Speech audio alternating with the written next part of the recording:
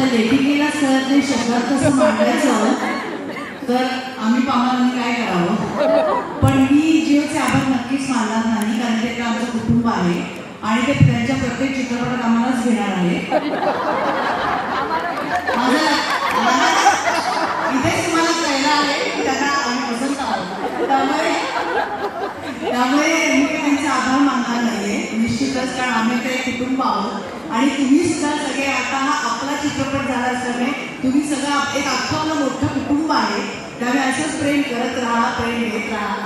आणि आज मला आनंद आणखीन एका गोष्टीचा होतो, खूप पर्सनल आहे पण मला तुमच्यावर सांगावं असं वाटतं की हे जे मला यश मिळालं आहे, आज इतकं प्रेम मिळालेलं आहे आणि सगळीकडे बोलबाला जो होता आहे चित्रपटाचा, सगळीकडे सगळेजण कौतुक करतायत. ते आज म्हणजे 90 वर्षाची आई स्वतःच्या डोळ्यांनी पाहते आणि तिची इच्छा अशी की मला ऑस्कर मिळावं.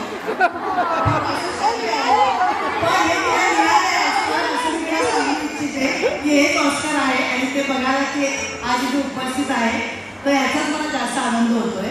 आणि तुम्हा सगळ्यांचे पुन्हा एकदा मनपूर्वक आभार. असंच प्रेम करत राहा आमच्यावर आणि येणाऱ्या प्रत्येक मराठी चित्रपटावर, आणि असंच भरभरून प्रेम द्या आणि सगळे अशी आपल्या थिएटर्स नियंत्रणामध्ये 6-6 महिने चित्रपट चालू त्याच्याहून जास्त पुढे व्हायला पाहिजे. धन्यवाद. नमस्कार.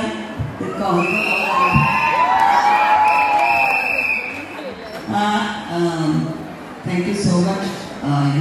सिनेमाला तुम्ही उत्तम प्रतिसाद दिला. माझ्या आयुष्यातली सर्वात जोरात चाललेली मूवी, त्यामुळे मला खूप खूप अभिमान वाटतो की मी या सगळ्या टीमची जोडली गेली आणि प्रेक्षकांची पण एक वेगळंच नातं निर्माण झालं. अत्यंत मला थिएटर करत आले 50 वर्ष आणि माझ्या करिअरच्या 50व्या वर्षी एक नाटक हरवलेलं भक्तांचा बंगला आणि एक सिनेमा बाईपण भरदेवा, हे दोन्ही मला एका वर्षी करायला मिळालं.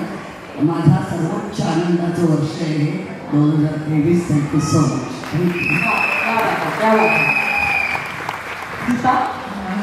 Thank you so much. Second inning इतकी सुंदर असू शकते ह्या फिल्ममुळे मला कळलं. So thanks Nikhil sir, Jio studios. आणि इतक्या सोज्वळ सुंदर यशाबद्दल सगळ्या प्रेक्षकांचे आभार, एवढंच सांगेन.